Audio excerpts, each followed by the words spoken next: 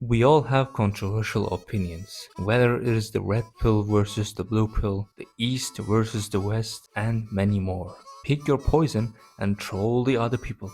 That is the point of Twitter arguments after all. For today, we'll pick this one, but with a different twist. I will try to be as neutral as I can in this video, and I wish you will also be in the comment section. As of now, Israel exists here, in the Middle East. But what if it was somewhere else? What if it was in Uganda or in Madagascar? Even Guyana, yes, there could be a Jewish state, but they did not come to fruition. Well, this video was supposed to be short, fun, but me being me, I'm dumped too much effort into it.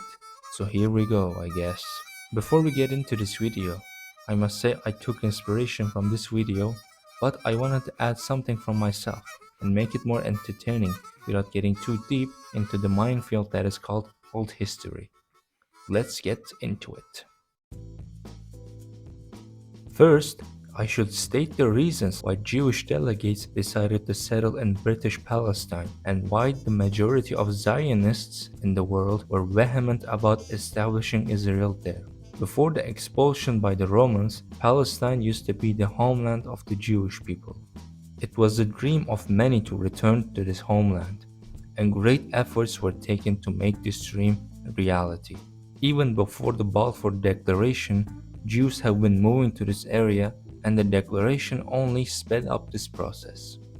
The second reason is that the man who was the father of the Zionist movement advocated for a Jewish state in Palestine, and not anywhere else, except for that time when it divided the movement. Silly Herzl. The Zionist movement was opposed to the idea of moving anywhere but Palestine. Some Jews moved to other places in the world, but most preferred their promised land. Some of them diverted Russian Jews to Galveston, Texas, and Argentina, but a lot of them would depart to the newly founded Israel later. Especially in Argentina, constant repression by the government and paramilitary groups in the 60s and 70s led tens of thousands of people to migrate to Israel. Now that we established why most of the Jews were not going anywhere, we will need to divert from our timeline a little bit for each of the proposals to be realized. I will also use a rubric to put these alternate countries in a tier list so that we can visualize the output, and some zoomers among us can use this for whatever reason. There will be a couple of factors in deciding if Jews will be better off in this alternative country or worse in what we have at the moment. These first two will not be graded since they are a simple introduction to our fictional country. First of all, how the timeline will diverge from ours and the likelihood of the state being established, and why Jews will choose this potential country instead of Palestine. These factors I will read will be graded from 1 to 5 in an attempt to see how this country will be. First, natural resources and fertility of the land. Second, coexistence with the local community. The third, relations with neighbors and other countries. Keep in mind that I wanted to make this concise and to the point. Most importantly, I wanted to be neutral and keep myself from going schizo territory. Also, I will only rate these for the reasons I will provide at the end. Uganda proposal, Port Dewey plan or Tasmania plan, British Guyana proposal, and Jewish Autonomous Oblast. Now, let us go. I would like to rate the Israel we have at the end first. First of all, Israel is one of the biggest and most important places in scientific innovation. While the soil is not suitable, as you know they live in the desert, surprisingly they are also one of the top producers of agricultural technology. This is because even before the creation of Israel, they bought land in Palestine and forested wherever they could. They knew the land was not arable, so they sought to look for solutions, which includes getting rich soil from other countries and putting it on top of the god-awful desert sand. Israel also has a ton of natural gas, which is enough to sell and also use it for themselves. However, Israel doesn't have oil that much and always had to import crude oil from other countries. They have their own oil processing factories though. I will rate it 3 out of 5. While Israel managed to turn a desert into arable land and become a center of innovation, the land isn't that great except for gigantic natural gas fields, and that is why it would use for grading. I don't think I need to talk about how Arabs get along with Jewish people. It is certainly a heaven on the earth. Nothing bad is happening in Israel at the moment. Well, hey, where were you looking at? Oh, no, no, no, no, don't look at there, don't look at there. They are getting along without any problems. Alright, I will give 2 out of 5. Israel had rocky relations with her neighbors, but it got better, somewhat. Peace treaties were signed with Egypt and Jordan. The rest is still hostile to Israel, and Israel bashed skulls with Lebanon and Syria for a while. I will give 3 out of 5. Let's go to the final result. Our current Israel gets the B rank. As you can see, my neutral facade is fading as I turn to be a Western puppet who seeks Mossad money. Now that you're done with this real Israel, let's go to the schizo section of this video. Welcome, once again. Our first contender is, yes, you guessed it, Uganda proposal. For context, at the 6th Zionist Congress, Herzl suggests for Russian Jews to be temporarily moved to British East Africa after consulting with Joseph Chamberlain. However, Russian delegates left the conference and it caused a huge uproar. Regardless, an expedition was sent on behalf of the Congress to an elevated area in now Kenya. This did not come to fruition as the locals, white and black, were not keen on accepting them, and the British government withdrew their offer. This was the end of that idea. But we shall take it forward and see how this young country will fare.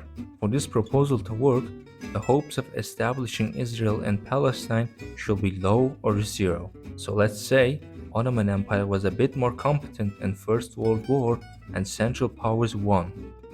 With the monetary help from Jewish bankers and important figures, Britain will be more likely to allow them to stay here, or even establish an autonomous state. Later during the colonization, this Jewish state will be granted independence, which will attract immigration. And here you go. Now that we settled our country, let's go to the second section. While the southern part of the country will be mountainous, the northern area is mostly flat, which will make farming and grazing tenable, and feed the population as well as make these lands prosperous. The southern areas could be used in mining and damming rivers for electricity. While most of the gold and gem mines are in the southeastern parts of Kenya, there seem to be oil, fluorspar, and various mines in the area, so it is not all hopeless for our Jewish colonizers. I will rate it 3 out of 5. There aren't many minerals to exploit, but there are some oil and iron, which is inherent for industrializing the region. Plus, they are landlocked, which will severely limit the potential of imports and exports. Diplomatic relations with the local community will not go well for this country, and I'm afraid we might see a violent insurrection by the black natives of the area, like the Rhodesia. Even though Jewish people could somehow get along with non-Jewish white population, black people see them as occupiers, which has a real possibility of leading to a violent rebellion. Even the Mau Mau rebellion could get a strong grip on the area, unlike what happened in real life. Therefore, I will give 2 out of 5. While coexistence is possible, the chances are very slim. Likewise, relations with neighbors will be tenuous at best, and hostile at worst. If they stop trading with Israel, it will become a nightmare, as this country will be completely dependent on European powers. The best case of this Israel will be to accept natives into the government, which would win even or the majority of the votes. Will Israel collapse entirely? I don't think so. Alright, time to give points. 1 out of 5. Even the potential ally, South Africa, is very far away, and the only connection Israelis have with outside is airfields. Taking all points into account, it is 6 points, which puts Israel into the C category. Now that we are done here, let's move on to our next proposal, Tasmania Plan. The plan was to establish a Jewish settlement and maybe a country here, but Australian officials rejected it. Now, let's say this time Allied powers won the Second World War as well as the First one. However, anti-Semitism proves to be too much for the British officials and has to withdraw their offer, and further settlement of the British Palestine proves to be too difficult to pursue. The Zionist movement will shatter here, and some, or a lot of them, will pursue the Tasmania plan and establish a Jewish state in Tasmania. Japan caused too much damage to Australia and they needed some money to rebuild the country.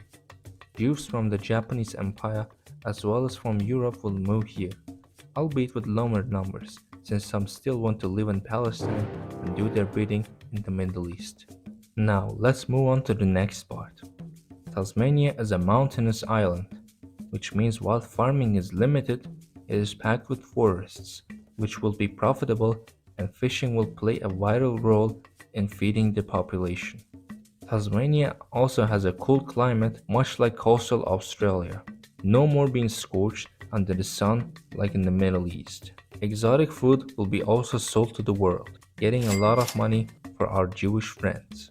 Like how Australia has done, the government will dam the rivers but provide hydroelectricity. The minerals in Tasmania are plentiful, especially gold. There's something from most of the mines, like all you can eat buffet, except it's not that much and it won't leave you satisfied. Hopefully, the extracted gold will be enough to buy steel and oil to properly industrialize this island. Time to give our points. I will give 4 out of 5. There are a lot of opportunities and an adequate environment, both very important things for our little Tasmania to prosper. Relationship with locals? Well, there were little to no aborigines left, and I assume white settlers will be welcoming of Jewish people coming from Japan and China. I will rate it 4 out of 5. While it is up to debate on how their relationship would go with New Zealand and Australia, I imagine it will be very good with them, as the Second World War will be more devastating, and Western world will stick with each other even more. The relationship will prosper, and we can even see a decent Jewish naval force. I will give it a 5 out of 5. There is little to no reason why this Jewish state will not get along with Australia and New Zealand, as well as with other trade partners in Africa and Asia. The final score of this Tasmanian Israel is 13, going to the top in our tier list. Let's move on to our next contender. Would you like to guess who it is? Ta-da! British Guyana. The story of British Guyana is more or less like the other Guyanas in the area. Import slaves from East Asia, as well as Africans, and here we go, a slave sugar plantation. The natives only consist of 10% of this population. The context that you craved, and here we go. British government planned on sending Jewish people from the German camps in Europe to Guyana, so that they would not be grinded by the Germans. So we shall imagine that there were enough Jewish people in these lands and they decided to settle down for real. This scenario is less likely to happen to me though. Guyana has arable land for farming and the coastal areas are great for fishing. Also, the country has one of the biggest bauxite reserves in the world, as well as a lot of gold mines. It is safe to say our small Judea will be rich and great for plantation. There was a massive oil reserve that has been found on Guyana's shores as well, so they will be eating well. I will give this section 4 out of 5. I think white people being in charge of this country will antagonize the locals, Indians and Afro-Guyana people. Depending on how Jewish settlers react, this situation could either turn into a guerrilla warfare, and this will be much harder to suppress since the country is mostly engulfed in forests, especially inland, or they will allow representation and create a wholesome Chungus Hundred country. It is up in the air, therefore I will rate it 3 out of 5. Historically, Venezuela has been claiming half of the country, but Venezuelans will border this new Jewish state even less because there will be a militarized regime. Their strenuous relationship from colonial legacy will continue with Suriname as well, it seems. I see their relationship improving with Brazil and other Caribbean countries, though. I will give it a 4 out of 5. While their relationship with neighbors will be problematic, it did not stop Guyana in our original timeline from being a developed country. Our final score for Guyana is 11, getting the second rank in our tier list. The final one is a little doozy. Throughout history, Jews and Russian Empire did not get along, and pogroms were happening in the history of Russia. Regardless, Jews were treated worse in Western and Central Europe, so they would either go to Poland or get further in Russia.